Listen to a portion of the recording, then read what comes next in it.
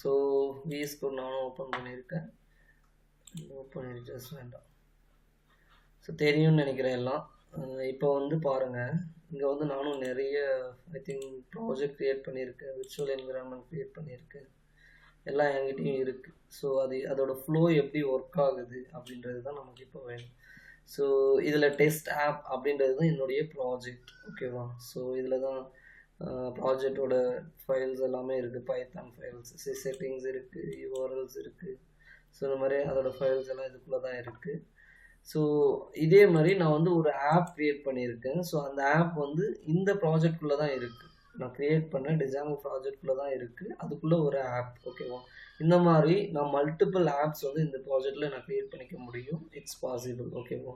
So based on that, இப்போ உங்கள் project எடுத்துக்கிட்டோன்னா டிஃப்ரெண்ட் பேஜஸ் நம்ம பார்த்தோம் இல்லையா, ஒவ்வொரு பேஜஸையும் ஒவ்வொரு ப்ராஜெக்டோட ஆப்பாக வச்சுக்கலாம், ஓகேவா? ஃபார் எக்ஸாம்பிள் ஹோம் பேஜ் ஆப்பு, அதே மாதிரி டோனர் ரெஜிஸ்ட்ரேஷன் பேஜ் ஆப்பு, அந்த மாதிரி நீங்கள் வந்து மற்ற பேஜஸையும் ஆப்பை கன்சிடர் பண்ணி க்ரியேட் பண்ணிக்கலாம்.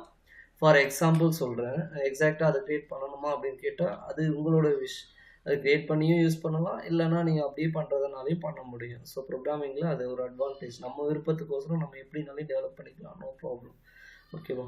ஸோ இதில் நான் ஒரே ஒரு ஆப், டெஸ்ட்டுன்னு ஒரு ஆப் க்ரியேட் பண்ணியிருக்கேன். ஸோ அதில் வந்து நார்மலாக எதுவுமே வராது, சும்மா என்ன வரும்னா இந்த URLsன்ற ஃபைலெல்லாம் வராது, ஓகேவா? ஸோ அதனால நான் அந்த ஃபைலுக்கு புதுசாக க்ரியேட் பண்ணுறேன். அதோட யூஸ் இருக்குது. இந்த ஆப்பில் இருக்க விஷயங்கள் எல்லாத்தையுமே ஒரு URL மூலயமா நான் வந்து ஷோ பண்ணணும், ஓகேவா? ஸோ இந்த மாதிரி இப்போது இதே ஹோம் பேஜ், URLக்கு ஹோம் பேஜ், இது வந்து URLல மீன்ஸ் நம்ம கொடுக்குற அந்த IP அட்ரஸ்க்கு அப்புறம் ஒரு சில நேம் பண்ண முடியும். ஸோ அதை பண்ணி நான் அந்த வெப்பேஜை வந்து இதுக்குள்ளே இங்கே கொடுக்குறதுக்குள்ளே வர வைப்போம். ஸோ இதுதான் URL இனிஷியல் ஸ்டேஜ். ஸோ இந்த பாத் தான் URL. ஸோ இது வந்து எங்கே போகும்னா வியூஸ்ன்ற ஃபைலுக்கு போகும். ஸோ நான் இப்போ கண்ட்ரோல் ப்ரெஸ் பண்ணி இந்த வியூஸை கிளிக் பண்ணேன் அப்படின்னா அதோட வியூஸ் பேஜ் வந்துடும். ஸோ இங்கே வந்து பார்க்கும் அந்த வியூஸ் டாட்க்கு அப்புறம் இங்கே இருக்கு இந்த URLs தான் வியூஸ் டாட் ஹோம். ஸோ இந்த ஃபங்க்ஷன் வந்து வியூஸ் ஃபைலில் தான் இருக்கும். வியூஸ் டாட் ஹோம்னு சொன்னோன்னா, ஸோ இது வந்து இந்த ஃபங்க்ஷன் தான், இந்த ஃபங்க்ஷனை தான் அந்த இடத்துல கால் பண்ணியிருப்பாங்க. So you have to remember. So இந்த ஹோம் பேஜில் வியூஸ் டாட் ஹோம்ன்ற ஃபங்க்ஷனை கால் பண்ணி அதுக்குள்ளே என்ன நடந்தாலும் சரி, என்ன சொல்லியிருக்கோமோ அந்த ஃபங்க்ஷனுக்குள்ளே அது வந்து அங்கே நடக்கும், ஓகேவா? இங்கே வந்து இந்த வெப் பேஜில் வரும் அப்படின்றது தான் ஹோம் பேஜில், சரியா? ஸோ அதுக்கப்புறம் அதுக்கு ஒரு நேம் பண்ணுறோம். ஸோ நம்ம அந்த ஹோம் பேஜுக்கு ஒரு நேம், சிம்பிளாக ஹோம் அப்படின்ற மாதிரி. இது பெருசாக அஃபெக்ட் பண்ணாது, but we have to give some name, ஓகேவா? ஸோ அதுதான்.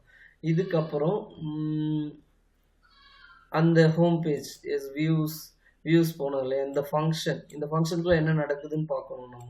ஸோ ரெண்டர் யூஸ் பண்ணி இந்த ஃபங்க்ஷன் என்ன ரிட்டர்ன் பண்ண சொல்லியிருக்கோம்னா home.htmlன்ற ஃபைலில் என்ன கண்டென்ட் இருக்கோ அதை அப்படியே ரிட்டர்ன் பண்ணு. வேறு எந்த ஒர்க்குமே நம்ம சொல்ல கிடையாது. ஹோம் பேஜில் என்ன HTML கோட் இருக்கோ, என்ன மாதிரியான யூசர் இன்டர்ஃபேஸ் வரணும்னு அது இருக்கோ, ஸோ அதுதான் அங்கே வரும், ஓகேவா? So that is the thing. So home.htmlன்றது அப்படி தான், ஓகே? இந்த ஃபைலில் என்ன கண்டென்ட் இருக்கோ அது அப்படியே வரும். ஸோ நான் இந்த ஃபைலில் சும்மா வெல்கம் மெசேஜ் மாதிரி ஏதோ கொடுத்துருக்கேன், ஓகேவா? ஸோ அது அப்படியே அந்த பேஜில் வந்து, ஓகேவா? ஸோ இதில் இப்படி தான், இதுதான் ஃப்ளோ மேஜராக நீங்கள் அண்டர்ஸ்டாண்ட் பண்ணிக்க வேண்டியது. ஸோ இங்கே வந்து இருக்கு இல்லையா, URLஸில் சம்திங் இருக்குது, இந்த URLஸை வந்து நம்ம ப்ராஜெக்டோட URLஸ்ன்னு ஒரு ஃபைல் இருக்கும். சரி, இங்கே பாருங்கள், இதுதான் ப்ராஜெக்டோட URLs ஃபைல்.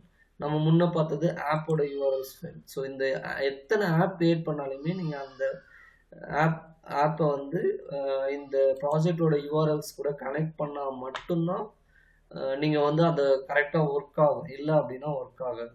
ஸோ நான் இது எப்படி இம்ப்ளிமெண்ட் பண்ணியிருக்கேன் அப்படின்னா, இதுலேயுமே நான் ஒரு பேஜ் க்ரியேட் பண்ணியிருக்கேன், சும்மா ஒரு பேஜ். ஸோ அதில் என்ன பண்ணியிருக்கேன்னா இன்க்ளூட் test.urls. இந்த டெஸ்ட்ன்றது என்னுடைய ஆப் நேம்.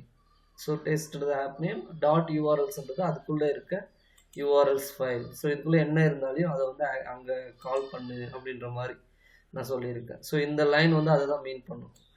ஸோ இப்படி வந்து நம்ம அந்த ஃப்ளோ வந்து ப்ராப்பராக தெரிஞ்சுக்கணும். ஸோ இப்போ பாருங்கள், இந்த ரிவர்ஸில் பாருங்கள், இப்போ இது வந்து ப்ராஜெக்டோட URLs. ஸோ இதில் லைன் நம்பர் 21ல் இன்க்ளூட் பண்ணியிருக்கோம் test.urls அப்படின்ட்டு. ஸோ டெஸ்ட்டுன்றதை ப்ராஜெக்டோட ஆப்பு. ஸோ அந்த ஆப்பில் யூஆர்எல்ஸ் ஃபைலுக்கு போகும்.